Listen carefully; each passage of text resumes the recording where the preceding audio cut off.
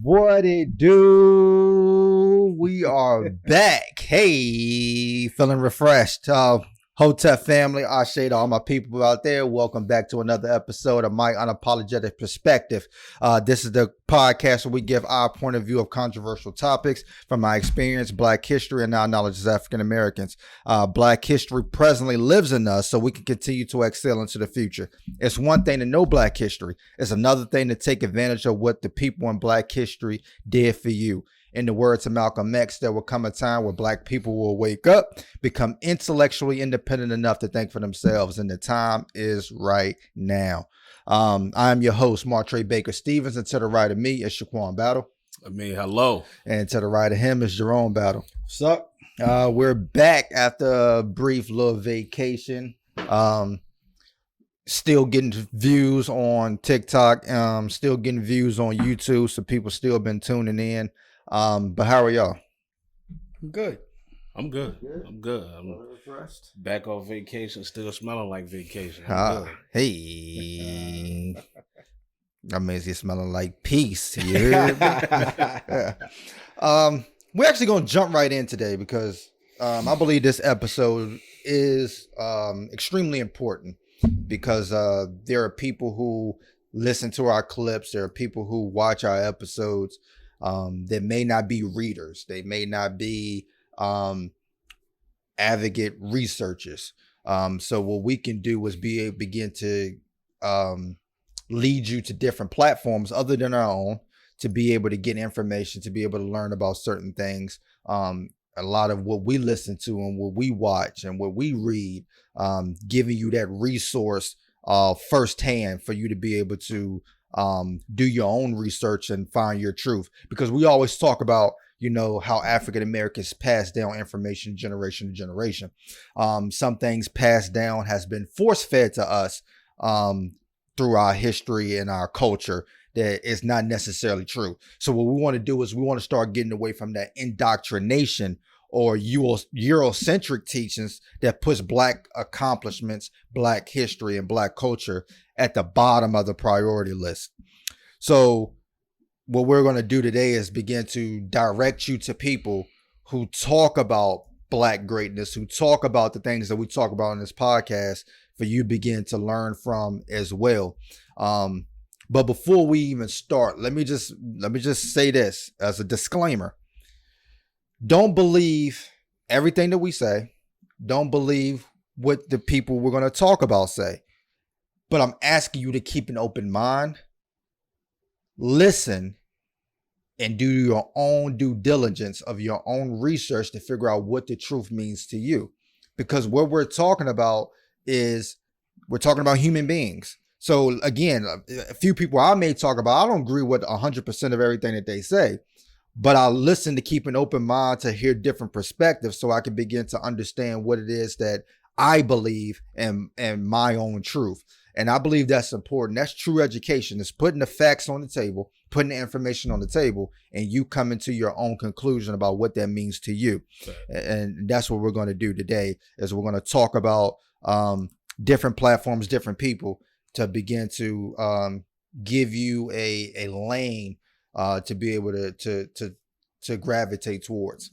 But always come back to this podcast at the end of the day. That's right. You know what I mean? I'll let you start because I don't think we let you start enough. All right. But before I start, I see some of y'all still celebrating July 4th. That's crazy. So if y'all listen to this podcast and y'all still celebrating July 4th, you know what I'm saying? You must don't believe it. Yeah, that's crazy. I'm surprised that y'all surprised. As he said on White Man Can't Jump, you listen, but you don't hear me. That's right. So I'll start with, and just to really reiterate what you said, reading ain't my thing. I don't retain well from reading. I get bored when I'm reading. No matter what I'm reading, I just can't do it. So I do podcasts. I do music, YouTube, all of those things. So the one that I chose is Gillie and Wallo, $1 million worth of game. And their slogan is give the youngest game and knowledge to keep them out of the streets. GAME stands for God, attention, motivation, and education. And it's crazy because Wallo remind me so much of you. He was first arrested at 11 years old for armed robbery. That's crazy. 11 years old armed robbery. The next week he got sentenced to 5 years in detention. 17 years old, he was charged with armed robbery, 2 armed robberies, 2 firearm charges, 19 to 52 years. He did 20 years in prison from the age of 17, 20 years. And Wallo, he said something in the interview. He said, when you in jail, you be stuck in the time that you first went in. That's when people come home and they be on shit that don't exist. Mm-hmm. And what I like about Wallo is in jail is when he started his IG page. Mm-hmm. You hear dad talk all the time. If you in jail and you hear people talking about, man, I'm ready to go home, I'm ready to. But if you, that transition starts when you in jail. Yeah. That transition doesn't start when you get out of jail about getting your life together. And I felt like Wallo been doing that since he's been in jail. I think he said he got the cell phone at 2017 is when he got, 2013 is when he started his IG page. And Big, when you first go to his page and you seen the videos he was posting up, they was weird. Yeah. The camera will be over there. He will walk up to it and start yelling it. All the rappers that come on their show be like, bro, I thought you was a weirdo. Yeah. Like the videos was crazy, but the message you was giving us was big. And I think one of the big things for me with Wallo and Gillie is they're needed in this culture, in this rap culture, because if you look at their podcast, they only invite the young kids, the young guys. Now, don't get me wrong, a lot of it, I'll say 50% of it is jokes, but 50% of what Wallo and Gillie give these artists while they're sitting there is game. Like they told Lil Durk, because, and I won't get into it, but Lil Durk got beef with another rapper. Wallo starts crying on the episode, telling him, leave that street shit alone. It ain't gonna make you no money. You, and as they would say, you on some dumb shit. Yeah. That's their favorite line, is you on some dumb shit. And what I like about Wallo is he Pooh Shiesty. I know the young kids love Pooh Shiesty. Pooh Shiesty is in jail, locked up right now. And he sends him books weekly to read. How many niggas you know doing that? Yeah. I think Pooh Shiesty is like 19, 20 years old. Gillie and Wallo sends him books every week.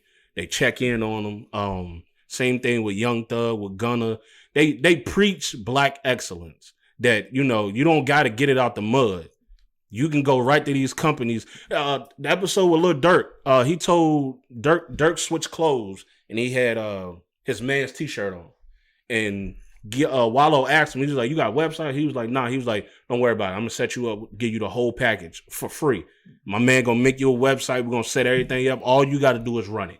That's it. They're needed in this culture, and they should be protected in this culture because of what they preach, what they're giving these rappers on how to be entrepreneurs, how to be businessmen. Wallo got out of prison in 2017. It's 2022. He's already a millionaire. He got out of jail and got right to it.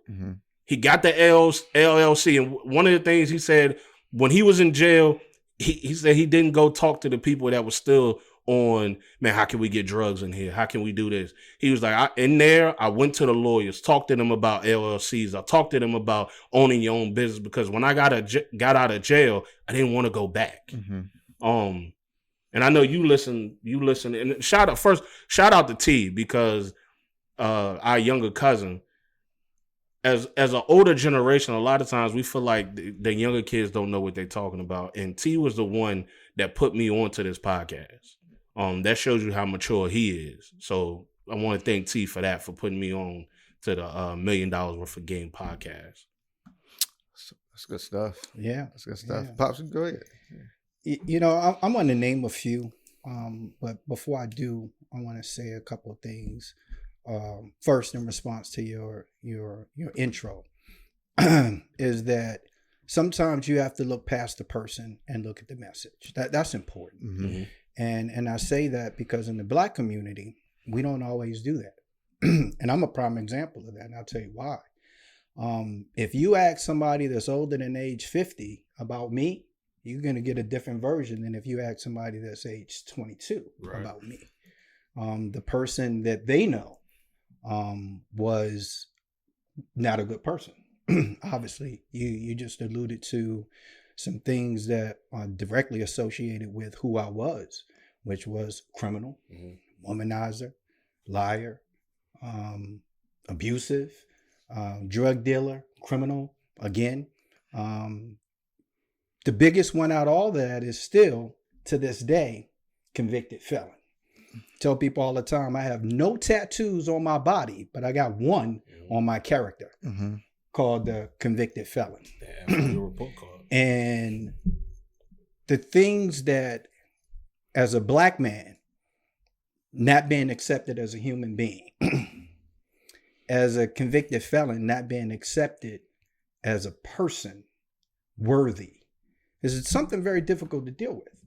So whenever you start talking about things that are positive, things that are that can be considered useful, if you're trying to be a mentor, a big brother, leader, whatever it is, people will always go back to those things that characterize you as something different, which waters down the message. Let me give you a good example. Bill Cosby was somebody who was an advocate for civil rights for black people for many years, outside of what he did in the music, in the entertainment business. And some of the things that he said, even to this day, are very important and useful. But the minute you mention Bill Cosby, what do they think about? Bill Cosby, the rapist. Right? So anything that Bill Cosby said that could have been good, that could have been positive, means nothing because he's a rapist. Because he's Bill Cosby. Absolutely. You know, so when we start talking about people that we listen to or that we watch or that we read their readings or their writings, I want people to understand something. One of the reasons I don't like doing that is because I don't want you to look at the person, because the person may not be a representative, whether they're for life or their current life, of what they're actually saying. Should it matter? Probably not. However, in the black community, it does. A person that I still listen to today, and the great thing about him is he did books and he did live interviews. He didn't do podcasts because, of course, this was before podcasts. Dick Gregory. If anybody has an opportunity to listen to Dick Gregory, the activist, not the comedian, the activist, things that he was saying in the 70s and the 80s and the 90s and the early 2000s still holds true today. Yeah. But when he said it then, he sounded crazy. It sounded crazy, yeah. He sounded crazy. People thought he was crazy. He actually used an analogy that we still use. In fact, I think we used in this podcast before about black people. Black people are like crabs in a pot of hot water. One gets to the top, you pull them down, right? Dick Gregory gave a different take about that. And his take is, it's not the crabs that forces them to pull the other crab down. It's the hot water. Yeah. It's the environment. So I want people to understand that when we're negative about another individual, whether it's because he used to be a criminal, he used to be a drug dealer, he used to be whatever, and now he's something else, and somebody brings up the something else, it's not because that nature, it's because of the hot water. It's the environment. We've been programmed to do that. We don't think we have, but we have. We've been programmed to do that. We need to stop doing that. We all need to stop doing that. Don't be the hot water. Don't be the hot water. Don't be an advocate for the hot water. We need to stop doing that. Now, with that said, I'm going to name a few people that their character can be questioned at certain times, but their work cannot. And these are the people that inspire me. I also look at not just people that you're going to be able to Google, because some of the people I'm going to name you can't Google, right? Alvin Bernard Battle. My dad, you can't Google him, right? Nothing's going to come up when you Google him. But my dad was the physical form of a lot of what I saw from activists. He went out and did it. In the 70s, he decided, in the early 60s, he decided to have kids in an environment And in a world of the two Americas that wasn't friendly to blacks, he decided, I want to start a family. Fuck what America says about black people. I'm going to start a family in DC. And he did that. My dad owned a Chrysler. I think it was a 1970 Chrysler and a 1972 Cadillac in 1974. I mean, my vehicle's right now 10 years old, right? I tell you right now, my vehicle's 10 years old. I've never been able to do that. I've never been able to buy a vehicle that close to the current date. Never been able to do that. He did that in the 70s, right? So when I look at role models, when I look at people that I want to listen to, I want to mimic, it's people like my dad that I go to. I listen to people like Martre Dion Stevens, right? And I listened to this guy, man, and I listened to him use words like African diaspora, Right, right? And I listen to him, and I say, you know what? The great thing about people like him and my dad is I know them. Mm-hmm. I know the character. I know the individual, so I can trust what they say because I don't have to worry about that hot water, right? Mm-hmm. Creating something different. I know these people, you know. And I listened to Shaquan Slowy battle. And I say, wow. You know, I'm kind of like, and you guys heard this before, you just mentioned it.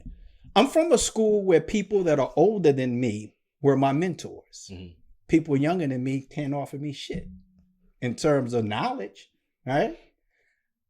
That stopped when I began to learn more about Martre Dion Stevens and Shaquan Jerome Battle and your cousin T, Derek Robinson. When I start listening to you guys talk, I start realizing that you guys get it.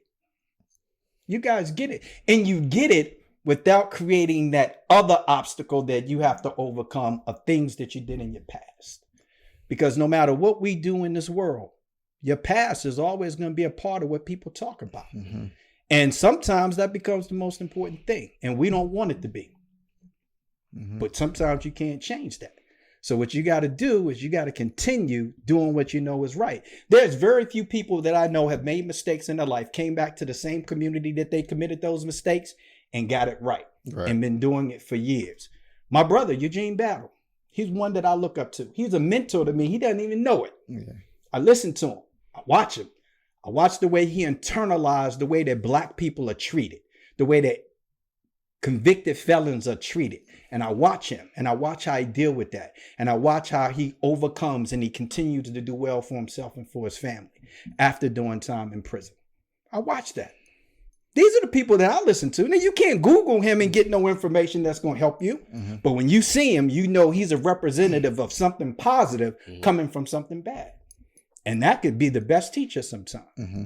So I look at things like that. I look at people like that. I look at my Aunt Phyllis, who Burks, that's Jazz's mom. I think about the conversations that I had with her when I was young and the words that she would use. And I don't want to be stupid. I don't want her to think that I was stupid. So she would use those words. And after she finished talking, I would go pull a dictionary out and find out what the fuck is that, right? You know, but she taught me. She taught me a lot about words. And she taught me about a lot of times people use curse words because they don't have another word in their vocabulary. Mm-hmm. But also sometimes people use curse words because they want that emphasis. Right. They want that influence. They want that impact. Mm-hmm. So when I curse, it's for a reason. It ain't because I don't have another word. It's because that's how I feel, and that's important. All of these things shape and mold me to be a person who wants knowledge. Mm-hmm. I want to know. I want to know the truth. I want to know about our history because when you're in prison, as you said, and for those that don't know, I did 5 years in prison, distribution of cocaine.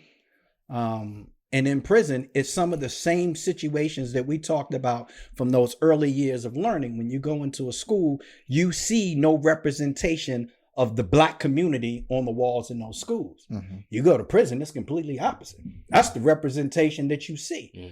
Not just the people, but the environment. Chip paint on the walls, rust on the sinks, dirty environment. And that's what white America associates blacks with, is that visual. So when you go to prison, they expect you to feel more at home. Mm-hmm. The last thing that you would really see in a prison is a book. Mm-hmm. Book is like drugs Mm-hmm. to some people. Rather than funneling in drugs, give me that book, right? So that book becomes the thing that you can't get when you're in prison. Education is that thing that you can't get without when you're in prison, without work. Who wants to work to get education? Mm-hmm. Nobody. But the inmate that does not want to be an inmate again, the inmate that does not want to be treated as an inmate when he gets out, is the inmate that's going to get that education, going to get that book, and in certain cases, decide that they're going to make change in the penal system so that you can have books available. Mm-hmm. These are the kind of people that I listen to.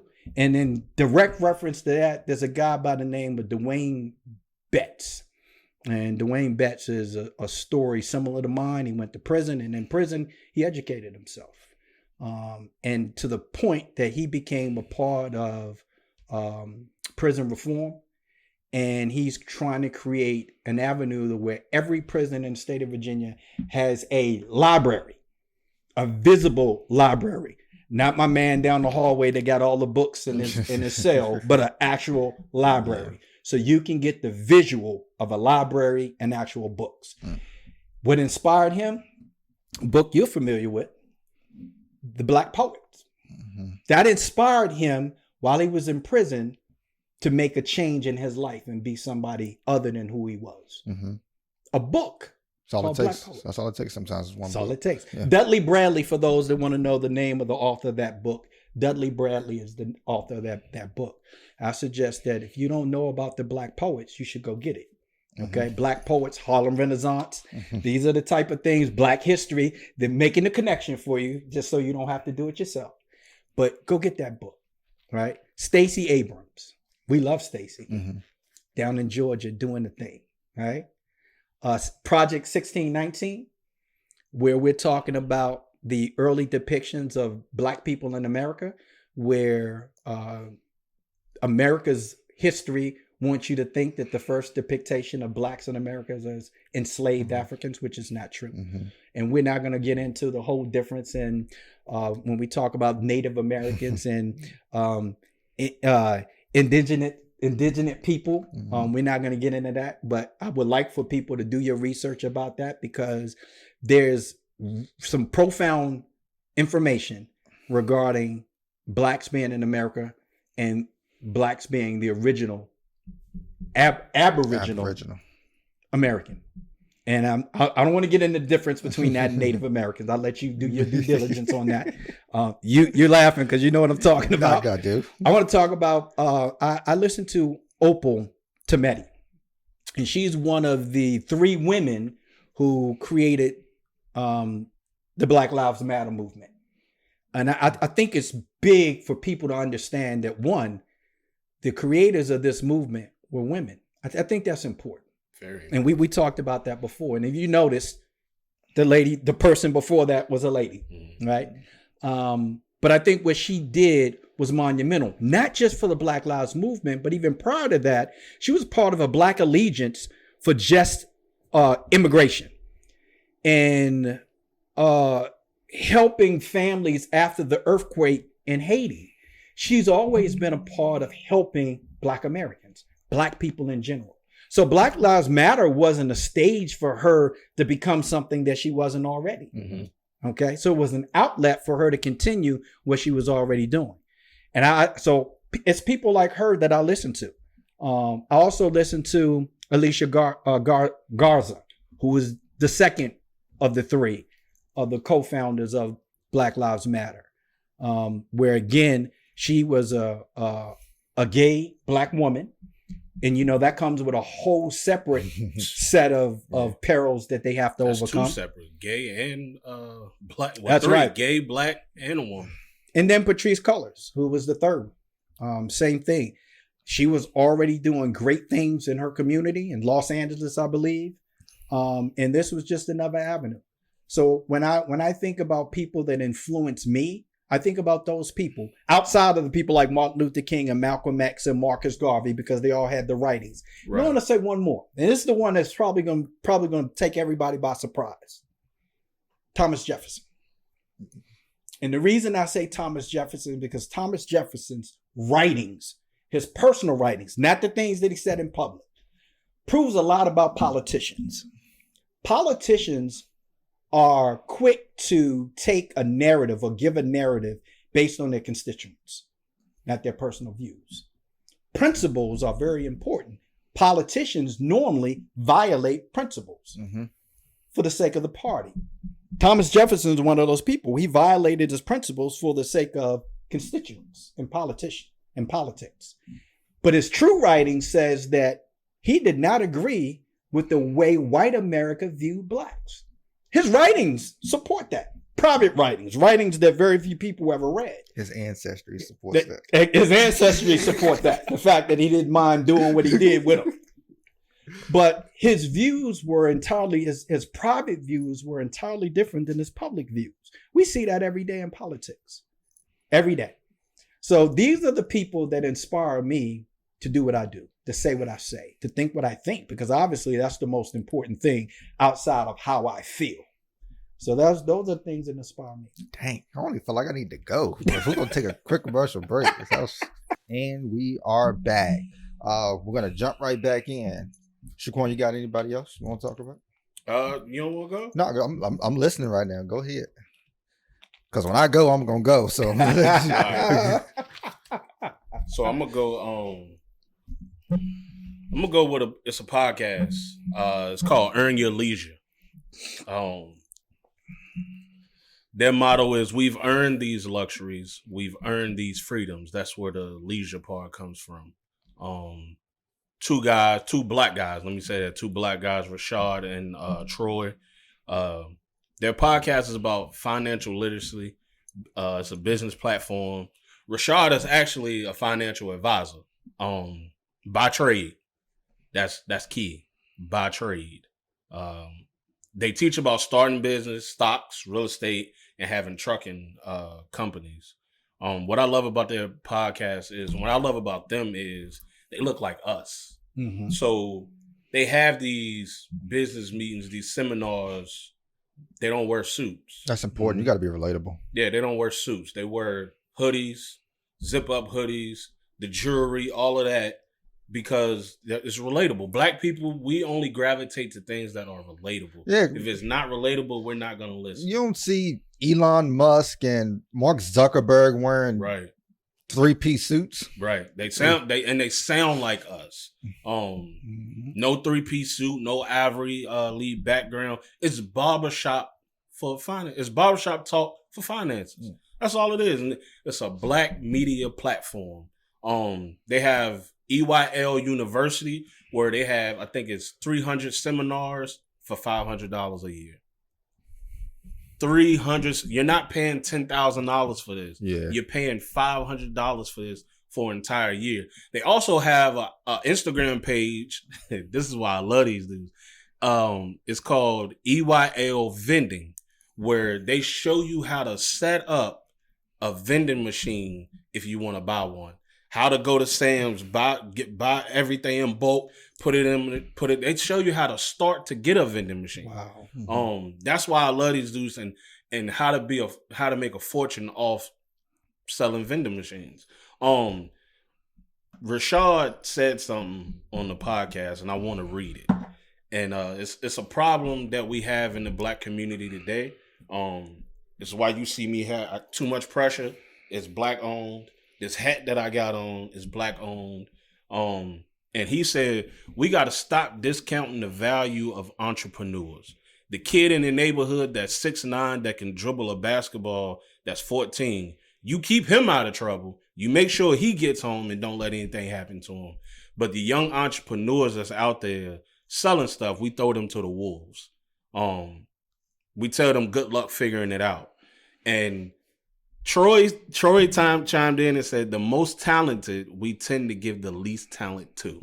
That's right. So if Earn Your Leisure, I love them dudes. They have they have a segment called Market Mondays where they tell you what to invest in, how to invest in it, they will teach you if you have $10 where to start to invest. That's why I love them dudes. That's why I love that podcast. Good. That's fire. Good stuff. I'm gonna start with Tariq Nasheed, and the reason why I'm starting with Tariq Nasheed is because he helped expand my mind from this indoctrination mindset to open it up to questioning everything that I've ever been taught. He produced the films called Hidden Colors. There's 5 films of the Hidden Color series, and then there's the Haitian Revolution 1804 documentary as well, and he's got a new one coming out.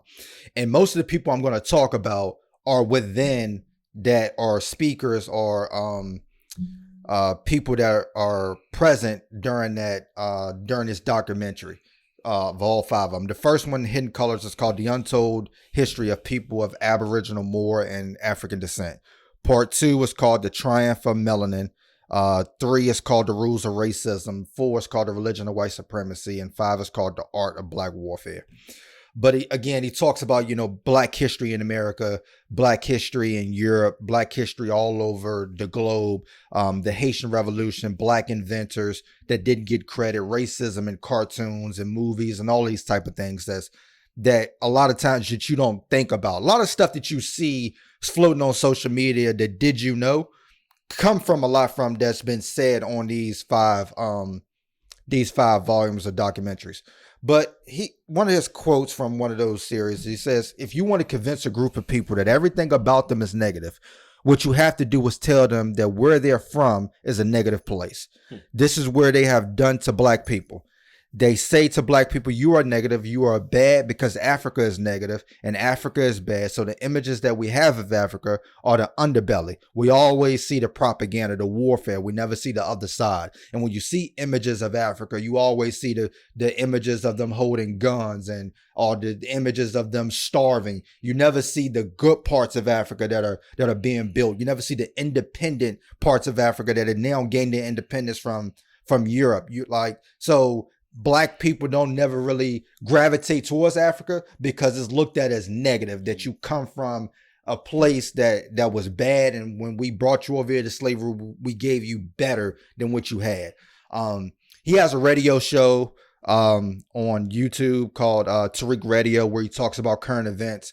And one of the things that I like, it's funny because he's funny, but he calls out a lot of Black people that are cooning, whether they're politicians, whether they're people that's in the media, athletes. Anytime they go against the grain of what's best for the Black community, he brings up their cooning behaviors. And a few of them are people he's had on his show that he went back and said, all right, now you cooning because you got a little bit of money. Now you got a little bit of fame. So Tariq Nasheed, follow him on Instagram. He talks about a lot of current events.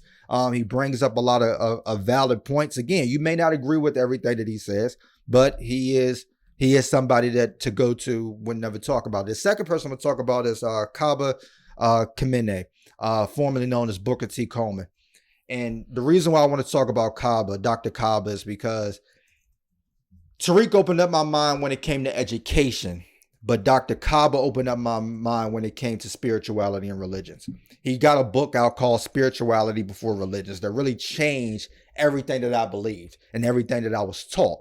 And in this book, of course, he talks about Kush and Kemet and their origins, how Kush origins led to what we call Kemet or ancient Egypt, understanding the African concept and religions that spiritually, that combine spirituality with science. And what he says is science is the matter that occupies space, but spirit is the space. Science is finity and it can be measured. Spirit is infinite and it can't be measured. Science is light, you can see it. Spirit is darkness and you can't visibly see it. So science is unseen spirituality, and spirituality is seen science. And when you look at nature, when you look at water makes up, 80% of the earth. It makes up 75-80% of our human bodies.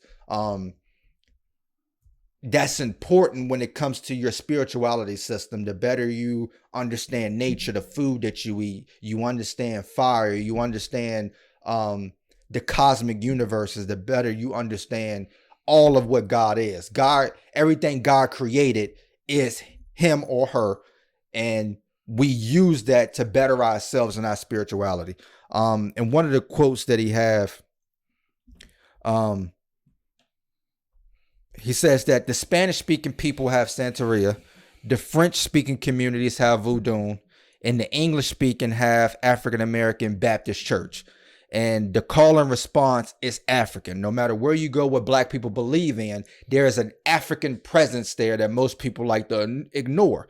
And we have to find whatever you believe, whatever religion you believe, whether it's Islam, whether it's Christianity, whether it's Buddhism, Hinduism, whatever the case may be, you have to understand that it comes from the African thought. It comes from African spirituality. There's something in there that comes from the African concept, and we must find and we must gravitate towards that. And in this book, he also talks about human evolution with nature, you know, from the Big Bang to the first Homo sapien to Homo sapiens sapiens, and the evolution of the brain and the mind and the physical body.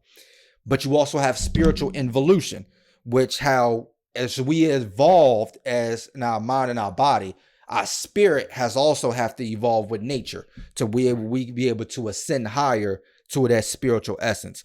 And Dr. Kaba, I mean, you listen to him. This dude is probably the most profound historian that I think we have alive today. And his talks on African American history, African history.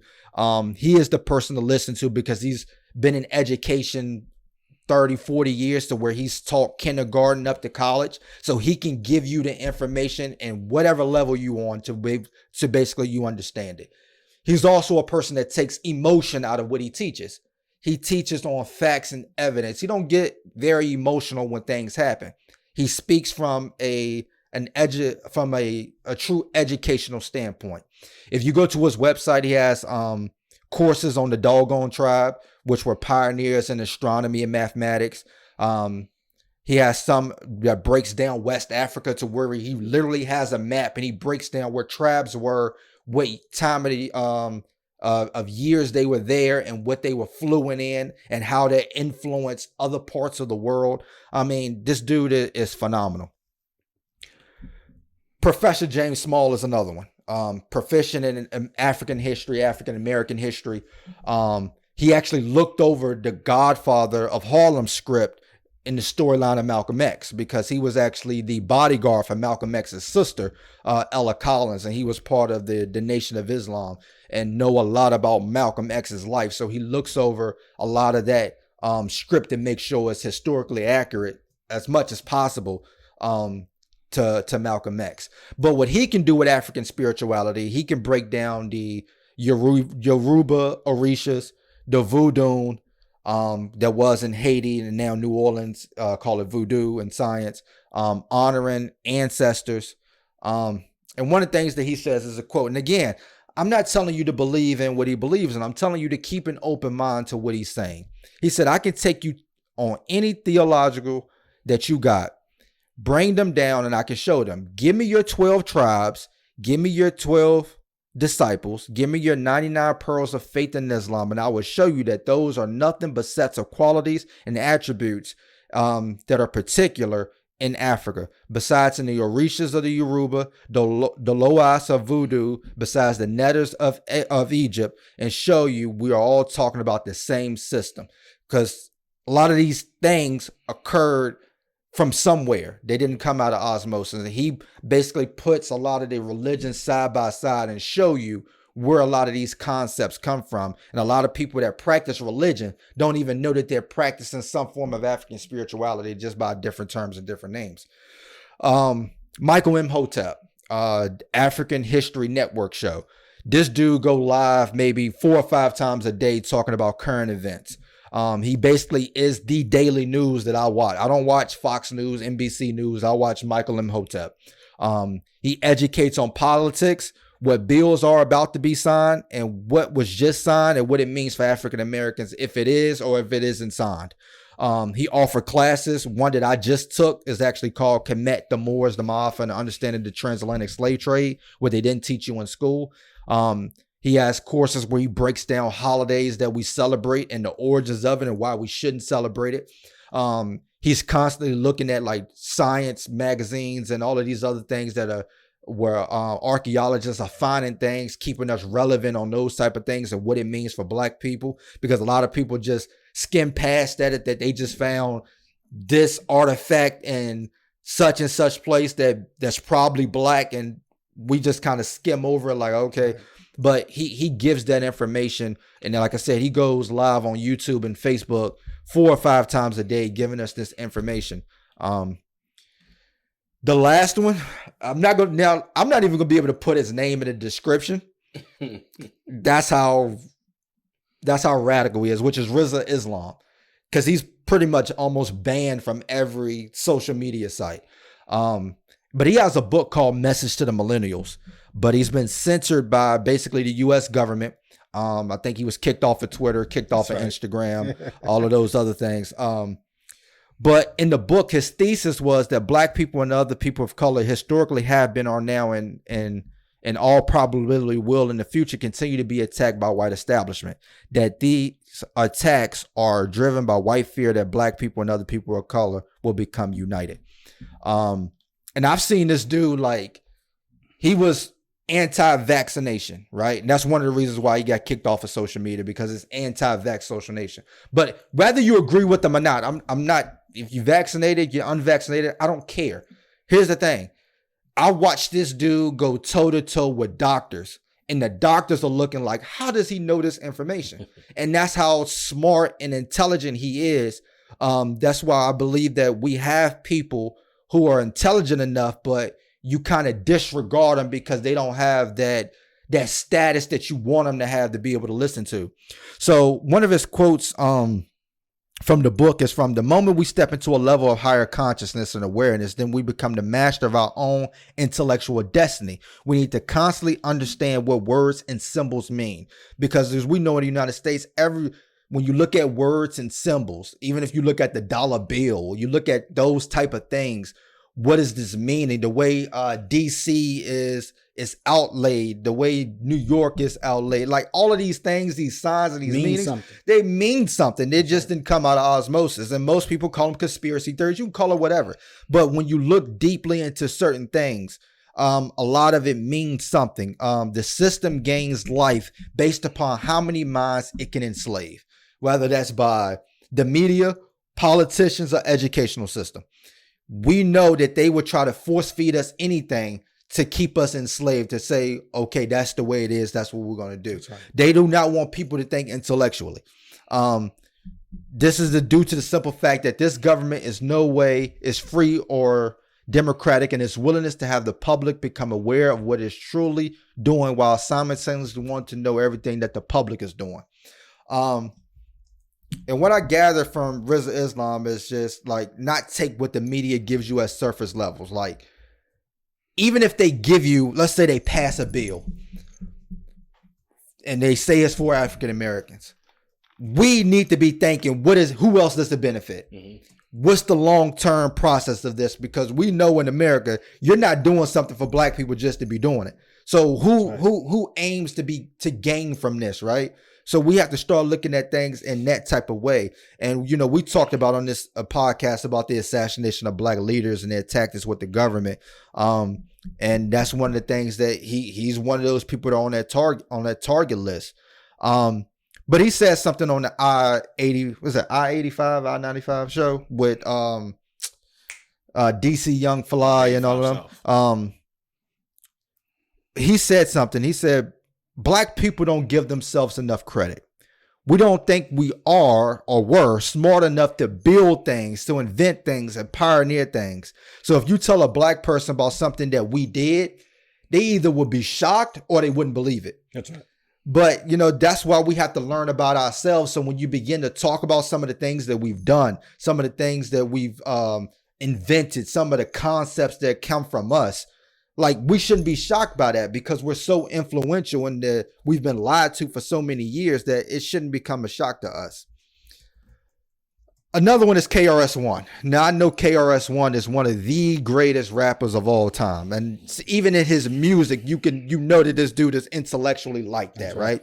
But even outside of the music, like this dude is proficient in history, in religious concepts. But one of the things that KRS-One talk about is changing the mentality, especially the mentality that keep us enslaved. You know, he talked about on the podcast, you know, the deception rules nations on. It was Nick Cannon's podcast, is how deception rules nations. That there are groups of people in America who look to deceive us to keep power, whether that's through religion, through politics, or through news networks, or through the educational system. Like there are people who force feed us information so they can keep power. You know, he also talked about the great black minds that we have, but a paycheck can dictate what comes out of that mind. That's right. So, you know, there's so many black people who are aware, like even with this podcast, like we'll post on social media and so many people love it whenever it comes to private conversations. That's right. But you don't want to say anything out loud. You don't want to talk about it because you don't want to mess up that paycheck, right? But it's another thing that he said, black people are just constantly immature in their thinking, undisciplined, and we suffer as a people. This is not about race in the sense that black people got to get something better than whites or Latinos or Asians. This is just basically that we keep complaining about what we don't have and what we can't do. And then we get in positions to do stuff and we fight amongst each other like savages. And that's exactly how we are. We have so many people talking about what we need to do and how we need to do it. But the only time we unite is when somebody get killed. That's right. That is the only, matter of fact, the only time we unite is when a white person kills us. That's right. Because if it's black on black killing, we don't unite for that. No. You know what I mean? It's only unit. There's no unity in business. There's no unity in politics. And we wonder why they kill us and then not have no repercussions. Because if we don't see the value in our unity, in our black life, then why would anybody else? Absolutely. Another one is Sabir Bey. Now, this is a different, Sabir Bey is a Moor. History of the Moors. He teaches more of the history, not the religious side, because you do have Moorish science, religion, and then some people follow more of the Moor side religion and the history of the Moors.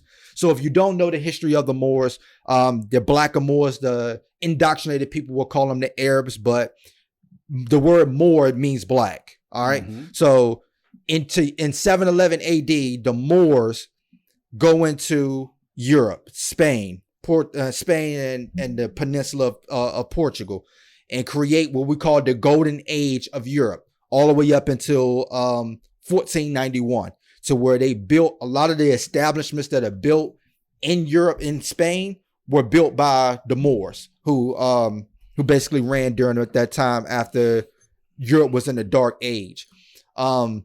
But the etymology of the word, of course, is Moor. But if you want to learn more about the Moors, because a lot of us in America may have Moor roots, like we might go back, like our ancestry might go back to the Moors, because one of the concepts that he teaches is that 1491 is important to understand, because Christopher Columbus comes over here in 1492, and that's when they defeat the Moors, was in 1491. So they believe that the first enslaved Africans are actually the Moors, right, that come over as punishment for taking over Spain and Europe. That's right. So a lot of your roots may go back to the Moors and not just Nigeria. It's also documented that even when the Moors did go into those territories, there was already pigmented people there. Well, we know, and of course they fought the Vandals, the Visigoths, and after the Romans. A lot of people don't know that a lot of Romans were dark-skinned, were fairly complex-skinned people. That's right. When you look at the Romans and the Greeks, like they weren't white like you see in the movies. That's right. You know, there were different shades. It would kind of look like America if you want to know that. Real quickly, Dr. Claud Anderson. If you don't know about Dr. Claud Anderson, he had a book called Powernomics, talking about the economics of black people, the principles and strategies to help develop and explain the concept of race, to offer a guide for black America to become more economically and politically competitive group in America. You know, he talks about the black labor that became white wealth here in America. And he feel that we have to begin to take over back our neighborhoods through economic gains, to begin to control the black dollar, to begin to have those influences in politics and all of those other stuff, and stop begging and do it ourselves. That's right. And this coming from a person that worked in the government. You know, he worked in the government, so he's seen firsthand how the government works. So again, we talked about that infiltration that we need. Mm-hmm. The next one is not really Afrocentric teaching, but it's a good start, which is Henry Louis Gates. Now, Henry Louis Gates is proficient in African American history. He's safe, though. He keeps a lot of his teaching safe. You know, he has a lot of documentaries. He get paid well by white America. So a lot of his teachings is safe, but he's a start. He's a start. He has a great documentary on the Reconstruction period. Great documentary on Central and South America and the Africanness that a lot of people don't talk about when it comes to Haiti, Jamaica, Brazil, and Cuba. Great documentary, The Black Church. Like, he's a good start to learn more in depth about the things that he may not talk about. The one that a lot of people really had a problem with when it came to Henry Louis Gates, when he started talking about the transatlantic slave trade, because he goes back to Africa and he started teaching a lot of those Eurocentric ideas when it come to Africa, that a lot of people didn't agree with. But again, you don't have to agree with me. You don't have to agree with him. Go and do your own research. Dad talked about him. The First Americans Were Africans, the book by David Imhotep, has a lot of evidence of Africans being in the Americas before the Bering Strait. He followed a lot of the teachings of Dr. Ivan Van Sertima. They came before Columbus. That book is over there somewhere. Civilization or Barbarianism, where they talk about the how they find stains, artifacts, archaeological evidence of blacks being in America before the Bering Strait, especially if you look at the Olmecs. It's believed that the Olmecs were black people, and their concept is Africans were here first, the Asians come over, they intermingle, and that's how you get your so-called Native American. That's right. Now, again, you don't have to agree with it. You don't have to believe a word I say. You don't have to believe a word Dr. David Imhotep says. Do your own research, do your due diligence, and learn. We're going to take a quick commercial break. We'll be right back. And we are back, and we're going to jump right back in because still got some people to talk about that I think you guys should listen to. And I had some stuff to talk about, like I was going to go down, but just for the sake of time, because Dad, you talked about Dick Gregory as a comedian, and we know what Dick Gregory did. We know what Richard Pryor did, especially with this show that only lasted 2-3 episodes because he was speaking the truth. Mm-hmm. We know what Dave Chappelle is doing now, whether you agree with him or you don't. We know what he's doing. That they're intelligent and they're funny. Mm-hmm. You know what I mean? And I don't know if you heard of this comedian named Godfrey. Yep. He's the same way. You know what I mean? A lot of comedians are clowns and funny.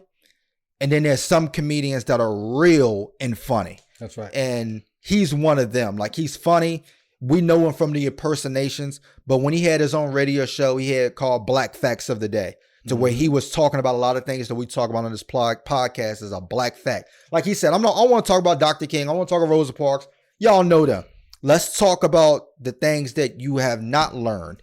And he would throw this on his radio show, and he got good feedback. And he said, I want our people to not even need February, because you're so built up on everything that we're giving you every day that February won't even mean nothing to you, because it's just a celebration, because you know all the information that we're giving you. And he's one of those comedians that I believe calls people out on their bullcrap, because if you don't know him, he worked for Vlad interviews for a little while, and then Vlad had somebody on and he disrespected Minister Farrakhan. Now, whether you agree with Minister Louis Farrakhan or not, his point was that Vlad is not black, and he has black culture on his show. That's right. And a lot of people look at Minister Louis Farrakhan as their leader. So why would you disrespect the leader of people that come on your show and give you views and money?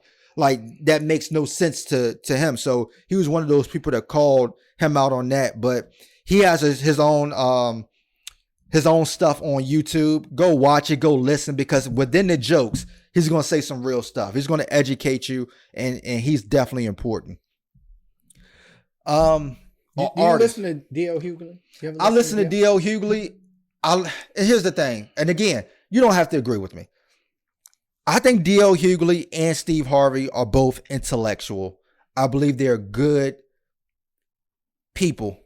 But when you start talking about politics and you roll with the political party so hard, it's hard to deviate your information. Right. It's similar to religion. If I'm a Baptist, I'm going to give you a Baptist answer. That's right. And when you get a check like D.L. Hughley and Steve Harvey does, and some of these other people, it's just certain things you can't say. I believe D.L. Hughley is intelligent enough that he should and could say it. And he has, which is why he lost the show on CNN. But you're right about Steve Harvey. He's not going to say it. Yeah, Steve Harvey's not going to say it. But yeah, I do like D.L. Hughley. Yeah. I do like D.L. Hughley. Yes. There's an artist. She's a newer artist named Raina Simone. And I'm going to say her lyrics on here, but if I do a clip, I'm going to put the actual clip behind it. She says, all the white girls used to tease me about my Jay-Z lips. Got fillers now. I guess everybody want to be niggas now. She said, dance to rap music, holding trigger fingers out. Ironic, they think being a nigga, they need to hold their triggers out. Ain't hearing what we saying in every rhyme with the smile and nothing in mind, unable to relate, but yelling all the ad-libs. Can't wait to say nigga in public, swearing they be acting. She said, J.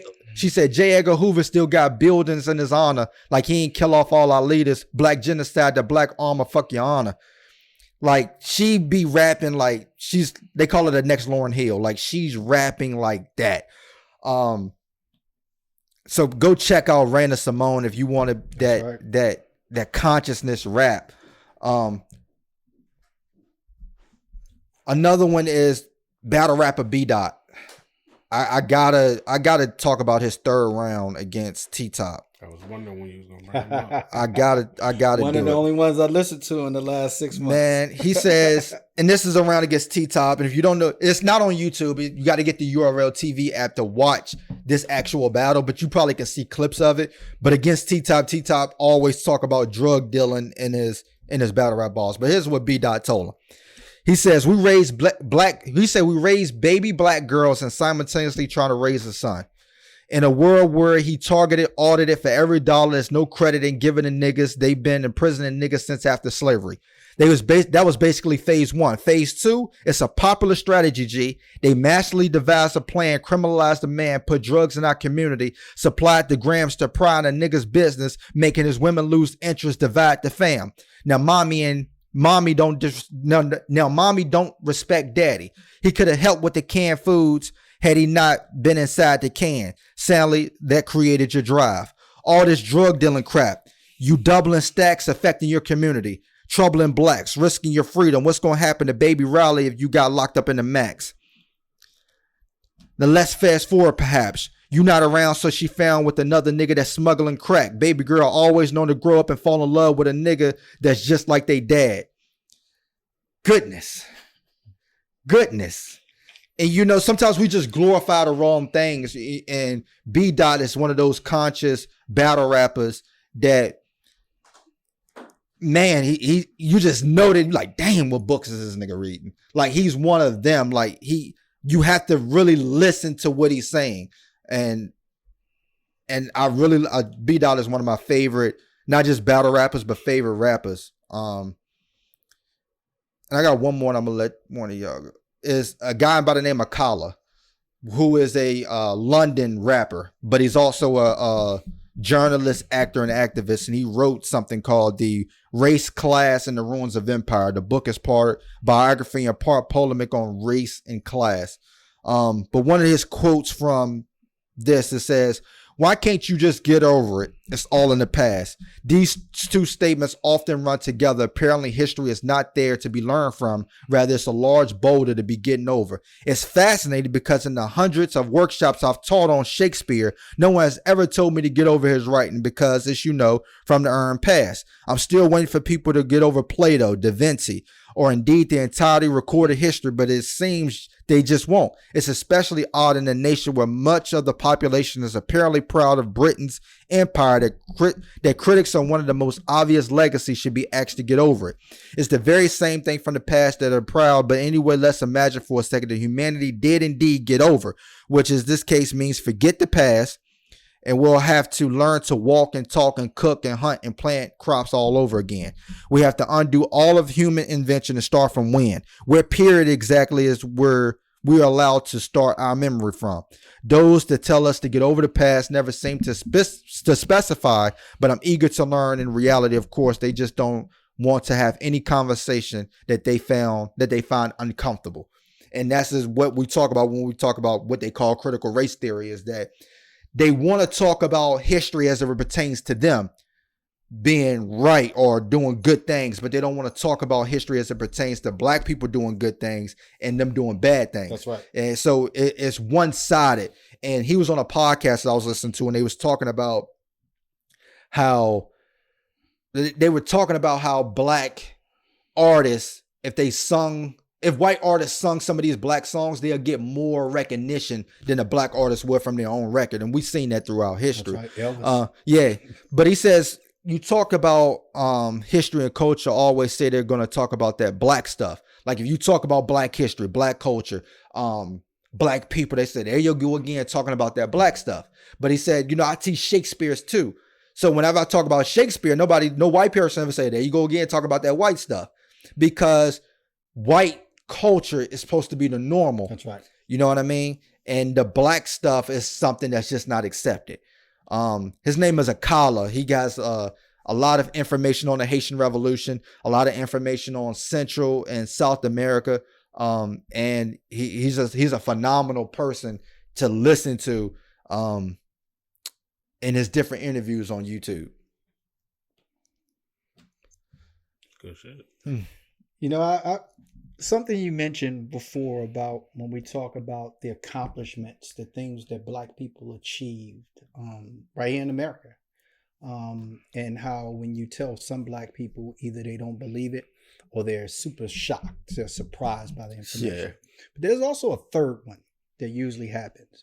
That person, even if they don't say it to themselves personally, they want to know, well, what does that mean for me? How does that change who I am? What does that do for me? Because most people don't really know. Well, what it should do for you, it should give you a sense of a pride in who you are, in your heritage. And what we always talk about in this podcast is being proud to be black. Mm-hmm. Where a lot of us, even though we may say we are, we're not. The minute that we have an opportunity to do something that's not considered black, we're quick to do it, right? So to be black and to be proud to be black could be two different things, depending on where you come from. But something else that we talked about previously, I wanted to mention on this podcast, is that we often talk about the people we listen to, the podcasts we watch, books we read, and what inspires us. But I'll be 100% honest with you. What inspires me is the shit that go on a daily basis. Mm-hmm. That's what inspires me, is when you can take an instance of where you have an active shooter situation, white guy, shoot multiple people, mass shooting, and get arrested. Mm-hmm. And you can have a black guy get pulled over for a traffic stop who decides that today ain't a good day for me to go to jail. And the officer decides it ain't a good day for you to live, mm-hmm. and get killed. Mm-hmm. Two Americas. You tell me how that's possible in one America. It's two Americans. It's clear. So you don't have to read a book. You don't have to watch a podcast. You don't have to know who Malcolm X was or who Minister Louis Farrakhan is. You don't have to know those things to see what's really happening. In Texas, just in the last 2 weeks, as we know, in Texas, they're trying to remove the word slavery from the textbooks. Mm-hmm. And they want to replace that with involuntary relocation. Hey, Google it. Look it up. Involuntary relocation. As if where we are is the issue. Yeah. Right? So you transport us unwillingly from Africa, bring us to America. That's the problem with slavery, is that we're not from here. That's what they think the problem is. So when you have states like Texas that are proposing this is the mindset of white America. Mm-hmm. So the problem is that not that we were in bondage, not that we were whooped and beaten and killed and separated, lost our head. None of that is a problem. The problem is we didn't come from this country. That's the whole problem, is what they're saying. And they want to change that narrative to say involuntary relocation to support that theory. Mm-hmm. So I'll say this again. Anytime there's an election in your area, whether it's local, state, national, you got to vote. Because if you don't, you're going to continue to see things go from conversations to law, from conversations to the textbook, from conversations to now you can't get an abortion. You're going to see these things happen a lot faster than they did before. So for those that want to know some more things, when this Roe versus Wade situation happened, so what the court did, just so people know, is the court is saying, you know what? We don't make the laws. We just interpret them. So if you want to change the law, change the law. So they're giving the states the ability to make your own laws instead of having a federal law, because the Supreme Court says that's not what we do. We don't make the law. You do that. Right. So for those that need to understand government, go back to 6th and 7th grade where they break down how the government works, right? With your legislation and your courts and all that. So that's what they're saying. In that, Clarence Thomas says that you guys should probably start revisiting some other things that the Supreme Court ruled on. Now, people want to know, well, what is he talking about? Why is that important? Well, some of that is Brown versus Board of Education. That's coming. It's coming. And what he's saying is, we've already looked at it. We're just telling you to do your due diligence now, put in the proper paperwork, and we'll help you out. He's basically telling you, we've already tampered with that. Do your part and we can make it happen. So I urge people. So I watch CNN. I watch Fox News because I want to hear what the narrative, I want to hear what their narrative is about what's going on today. I want to see what their spin is. I want to see if they think that involuntary relocation is as absurd as I think it is. And when I hear them talk about it and they say it with a smile on their face, and I go, that's the two Americas. Mm-hmm. Obviously, they don't view this as being a problem because they see that slavery is a problem. The fact that we talk about it is a problem. They see that. And they want to change that narrative, which ultimately means they want to change history. Mm-hmm. But this episode is important for one particular reason, right? In slavery, blacks, enslaved Africans were not allowed to read or write for one reason in particular. You don't want them to think for themselves. And we live in a world today where most people don't think for themselves. Mm-hmm. And it's through the lack of education. Again, we can't say it enough that education is not just because you got a diploma. That's right. It's not because you got a degree in such and such. That means you did the work and you got a grade on it. All right. You were educated in a simple category. True education is understanding what the truth means to you. And a lot of people don't understand what their truth is. Nope. So you listen to these CNNs, you listen to this MSNBC and ABC, and you see some of these people commenting on Facebook, and you take their narrative and that become yours without ever doing any research. Without ever doing your due diligence and finding out. Because I'll be honest, when Shaquan sent me about the kid that got shot 90 times, I said, I'm not going to say anything now. I want to see more evidence. Now, I did see a lot of people jump out the window and start saying this is wrong already. But I said, I don't have enough information to say anything. Should I say something? Maybe. Or people maybe waiting for me to say something? Probably. But I can't do it with just the information that I have right here. Mm-hmm. And I can't go on Stephen, what's the guy's name? Sean King's word. He's not even black. Mm-hmm. I have to wait for more information. And most people won't do that because we like to be part of controversy and we take other people's take and make it our own. That's why I talked about so many different people on here, because a lot of these people don't even agree with each other. And that's okay. Because they're talking about their own truths from their own perspectives and their own experience. That's what this podcast is about, my unapologetic perspective. Means I've done my due diligence, my research, my information, and this is what I believe. Okay? I don't prescribe to any political party. I agree with some things that the Republicans stand in regards to building the black economy for black people. I also agree with some of the Democrats that a woman's body is her body and she has the right to make her own choice. Mm-hmm. I support people who decide they want to be gay. It has nothing to do with me. I ain't gay, so why would I care about what you're doing with your life? But there are some people that I talked about on this podcast, on this episode today. They're anti-gay, they're anti-abortion, and they're black. Just the way that they feel. I still listen to them. I still get their perspective. It doesn't have to be mine. That's right. So what we're saying is, don't take our word for it.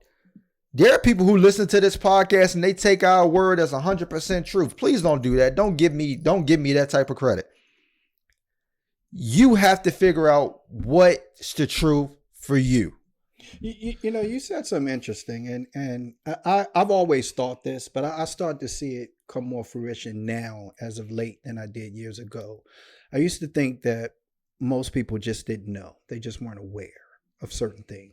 I don't necessarily believe that's true. I think it's, in most cases, people don't care. And I'll say that because if I read a newspaper online, or I see, because I still read the newspaper for those that's not laugh. Yes. If you read a newspaper, you read online, or you see on the news, or you hear on the news, if you listen to news on your radio or what have you, where an individual was shot 60 times. For me, I don't even care what color he is. I want to know more. Yeah. It could be white. But for an individual to be shot 60 times and not even knowing the person that shot him or the people that shot him was cops is irrelevant at that point. Mm-hmm. For a person to be shot 60 times, that's intriguing to me. Mm-hmm. What the fuck happened? I want to know what happened. And then you find out he was black and you find out it was cops that shot him. Oh shit. Yeah. Wait a minute. You start connecting the dots to say there's got to be something wrong, right? Most people don't view it that way. They hear a person got shot 60 times. Fuck, he did something, right? Yeah. They're going about their day. It's still not enough for people to care. That's part of the problem. We see every day where a lot of the things that happen is people have a lack of morals and principles. Most people are supposed to live by principles, but you got politicians that violate them, and now you have these shooters, mass shooters, that have no morals or principles. Who the fuck can go get a gun and go into a school and shoot kids? Mm-hmm. Who would do that? It's a person who's lacking morals and principles, right? No real grasp on reality. Most people only care about what affects them. If it doesn't affect them, they don't care. Mm-hmm. That's the problem. Nobody cares until it happens to you. Ice Cube said in 1987 on a talk show, right now in Los Angeles, there's over 150,000 gang members. Do you think that they went and got initiated last night? Mm-hmm. Hell no. This has been going on. People don't care until it comes to your doorstep. People don't care until it happened to you. How many times have you seen people that were reading or hearing about mass shootings, paid it no mind, and then all of a sudden it happens to them and they go by and go, you know what? I never thought it could happen to me. Because I believe we're oversaturated in, not information, we're oversaturated in conflict and drama. Mm-hmm. Because even with this shooting that happened last week, we know another one's happening this week or next week. Oh, absolutely. There's plenty of information and bad deeds to go around. That's right. And what we're seeing now is just it's become our normal that these things are happening. I mean, I can't keep track of the names. I can't even think about the name that just happened because there's just so many names floating around in my head. That's right. You can't. And most people aren't even talking about the George Floyd case that Derek Chauvin's back on. We forgot about it. That's right. Because it's just so much that happened since then. You know what I mean? Nobody talked about the other officers on. We ain't forgot about Breonna Taylor already. That's right. You know what I mean? Nobody said Breonna Taylor no more now because it happens on a regular basis, and you become desensitized to what's going on. And because of that, I think that most people are starting to look at it. Well, how does it affect me? Yeah. How does it affect my plans that I got going on for the rest of the day? Yeah. How does that affect me? And we do that more than white America. Yeah. We do that more than any other people in the world. In fact, when you think about Asians and how they treated in America, do you know who is the biggest culprit of mistreatment of Asians in America? Black people. Yeah. The victim has become the victimizer. Yeah. And that's what we do. So for Black America, when we start talking about doing your research, listening to podcasts, reading books, you also got to start getting with yourself and find out, who are you? Knowledge of self. Yeah. Who are you? What are you? What are you doing? And are there some things about you that you're going to need to change to be a better version of you? Because ultimately, that's what this is about. In order to make a better America, you got to make a better you. So everybody, it starts with them. Each one teach one. Mm-hmm. So it starts with you. Absolutely. We appreciate you. We love you. We'll see you next week. Peace.